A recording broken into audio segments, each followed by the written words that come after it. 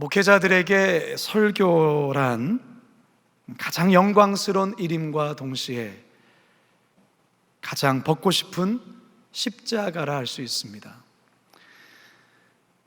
목회자들이 평생 이 거룩한 부담감을 짊어지고 살아가야 합니다. 그러나 설교를 통해 성도들이 하나님을 경험하고 삶이 변화되어 그리스도의 제자로 살아가는 모습에 목회자는 가장 큰 기쁨과 보람을 느끼게 됩니다.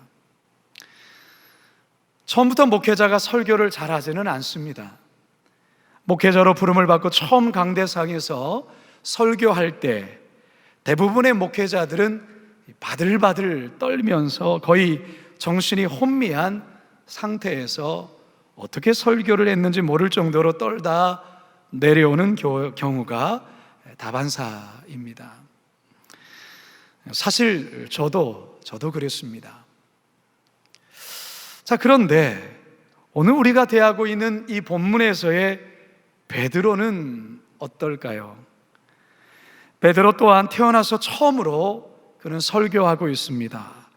그런데 그는 조금의 떨림도 위축됨도 보이지 않습니다. 각 나라의 언어로 하나님의 큰 일을 말하게 된 현 사건에 대해 조목조목 설명하더니 이제는 본격적으로 예수 그리스도의 복음에 대해 아주 과감히 증언하기 시작합니다. 그의 설교는 마치 불을 토하는 사자후와 같습니다. 설교 내용 또한 구약 성경을 꿰뚫는 탁월한 이해와 해석으로 율법에 정통한 유대인들을 압도합니다. 그야말로 인생 최고의 명설교가 아닐 수 없습니다. 결국 이 설교로 말미암아 완악했던 유대인 3천 명이 회개하며 그리스도께로 돌아오게 됩니다. 그렇다면 과연 그는 어떻게 이처럼 놀라운 설교를 하게 됐고 또한 그의 설교에는 어떠한 내용들이 담겨져 있는지 베드로의 명설교 두 번째 이야기를 통해 살아계신 하나님의 음성 듣게 되길 간절히 축원합니다. 첫 번째 따라 하시겠습니다. 피 묻은 십자가를 전했습니다. 피 묻은 십자가를 전했습니다. 예수님 당시의 십자가는 모두가 꺼리며 말하기조차 부담스러워하는 주제였습니다.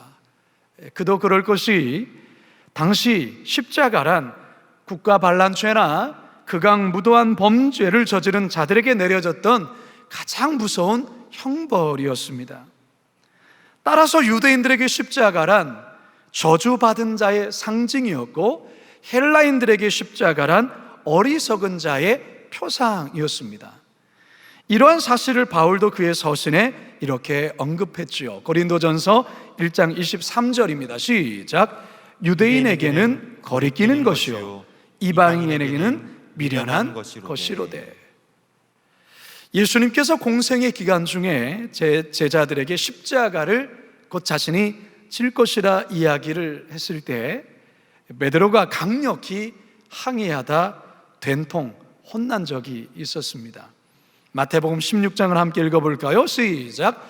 베드로가 예수를 붙들고 항변하여 이르되 주여 그리 마옵소서 이 일이 결코 주께 미치지 아니하리이다. 예수께서 돌이키며 베드로에게 이르시되 사탄아 내 뒤로 물러가라 너는 나를 넘어지게 하는 자로다. 아멘.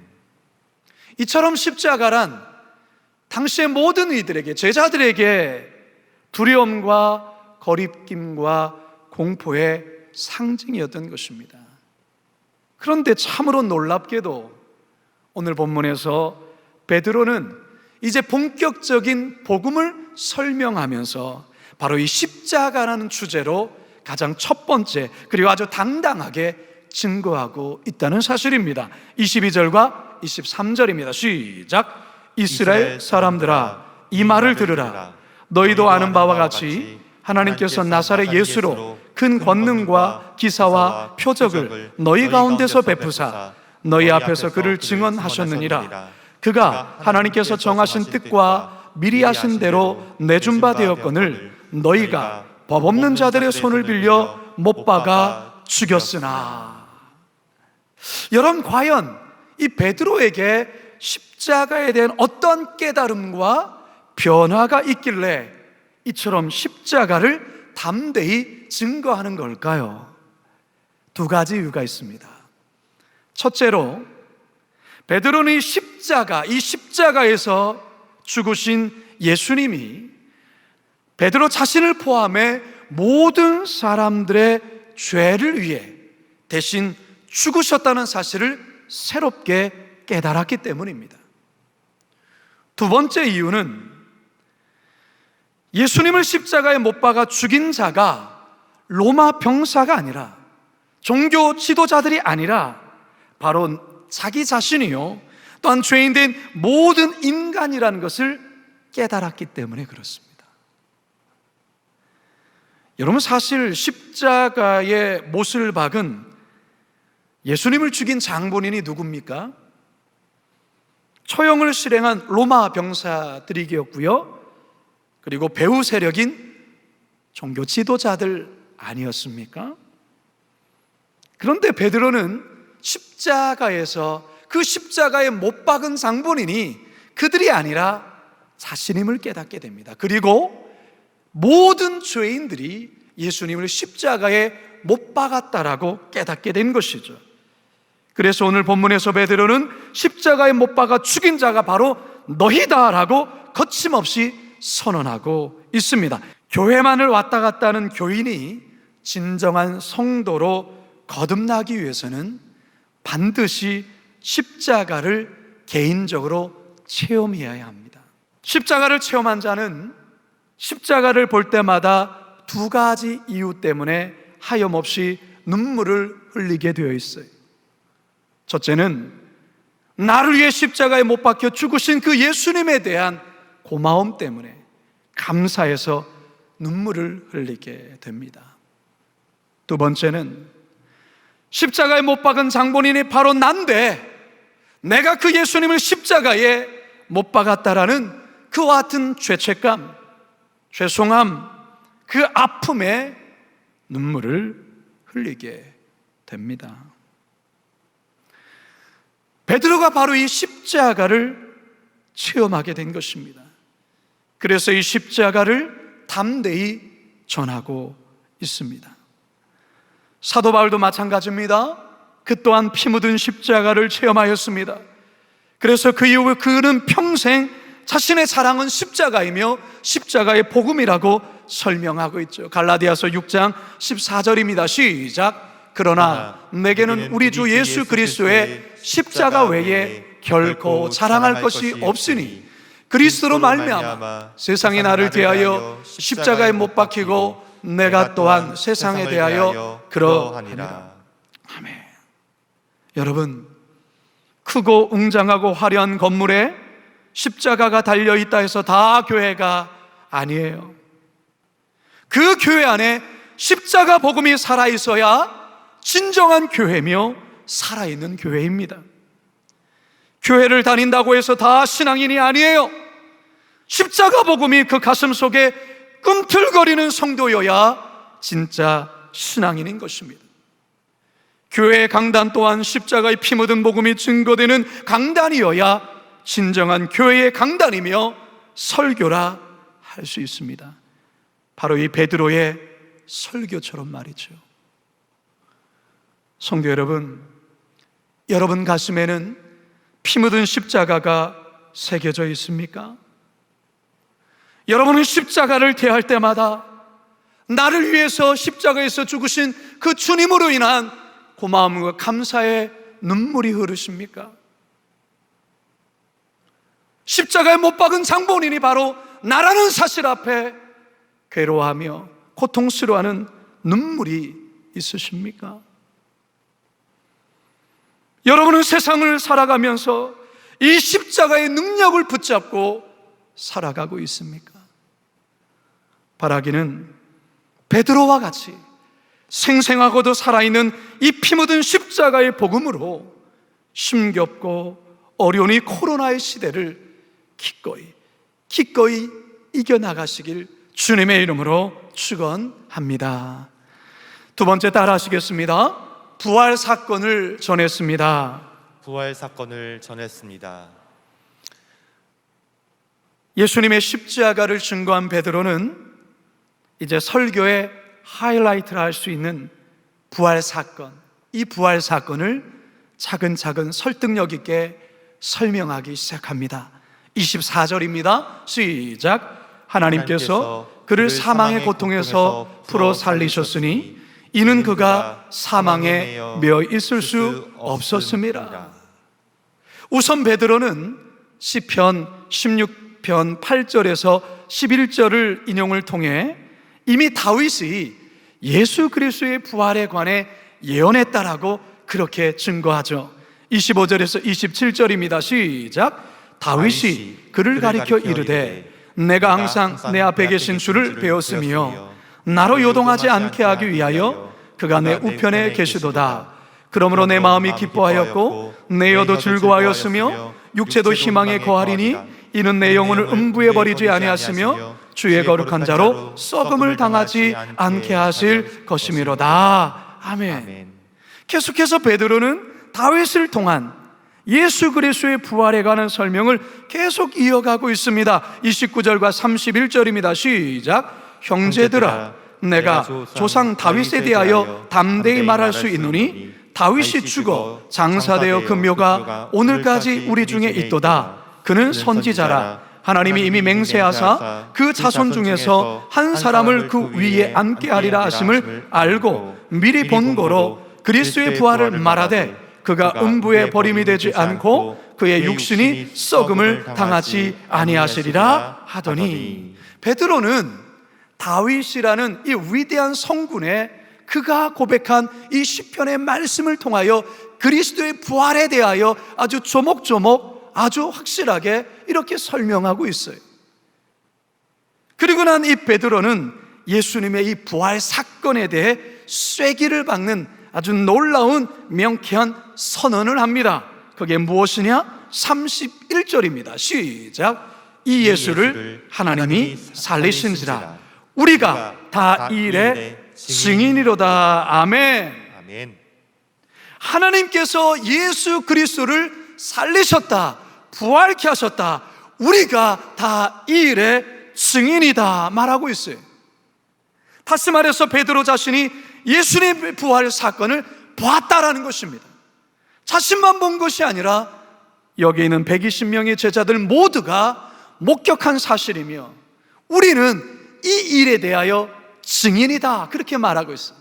여러분, 증인이 뭡니까? 증인은 본 바를 그대로 말하는 자를 증인이라 말하는 거예요. 성도 여러분, 기독교가 진짜 기독교가 될 수 있는 이유가 바로 여기에 있어요. 다시 말해 예수님의 부활 사건이에요. 부활 사건. 만일에 예수님이 온 인류를 위해 십자가에서 죽으시고 희생하신 사건만 있고 부활하신 일이 없었다면 많은 사람들이 예수님에 대해 훌륭한 분이라 칭하고 감동하기는 했을지 모르지만 여기까지였을 거예요. 지금의 기독교가 존재할 수 없었을 거예요. 왜 그렇습니까? 기독교는 부활의 종교이기 때문에 그렇습니다.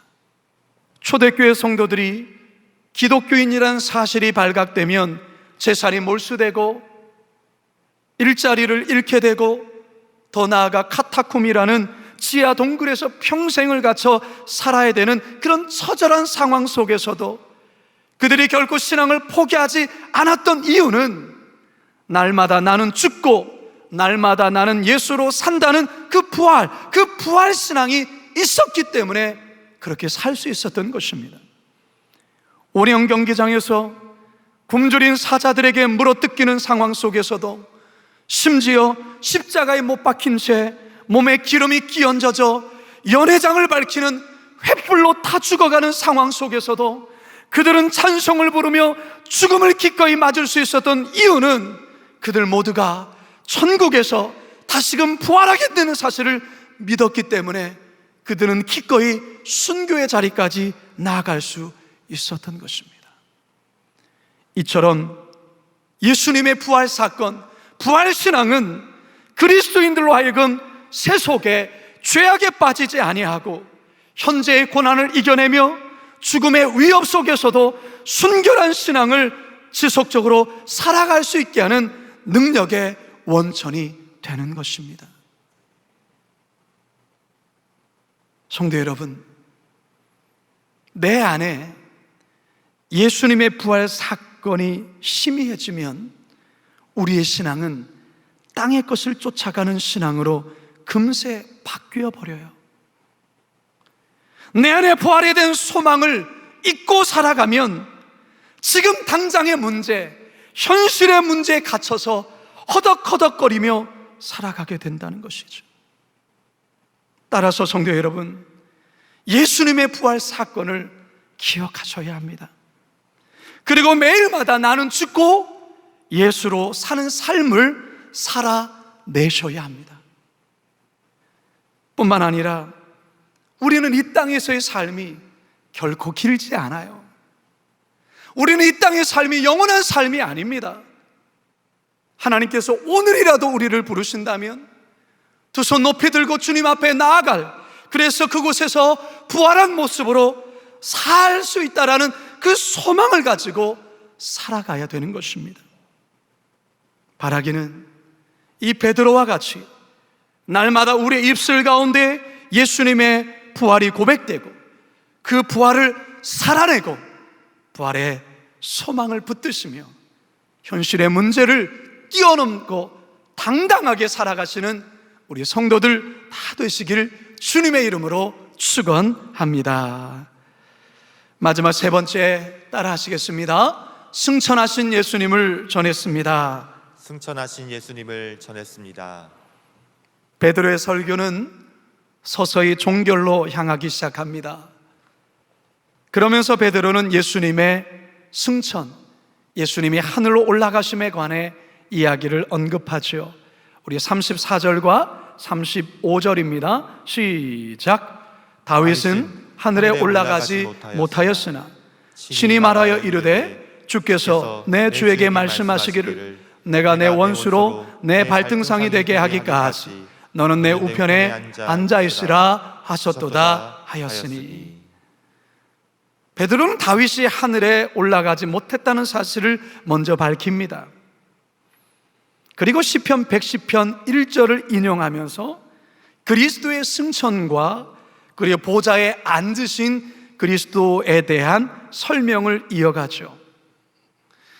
여러분, 이 베드로가 인용하고 있는 시편 110편 1절은 유대교 해석자들도 대단히 난해하게 여기는 구절 중에 하나입니다. 시편 110편 1절을 함께 읽어볼까요? 시작.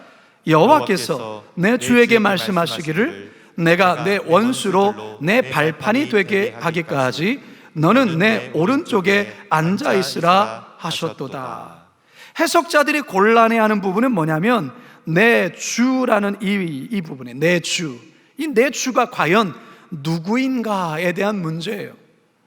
몇몇 고대 랍비들은 이 부분을 아브라함과 관련해서 해석하기도 했고요, 또 어떤 사람은 다윗 자신일 것이다 라고 해석하는 자도 있었고요, 심지어 히스기야 왕과 관련해서 해석하는 자들도 있었습니다.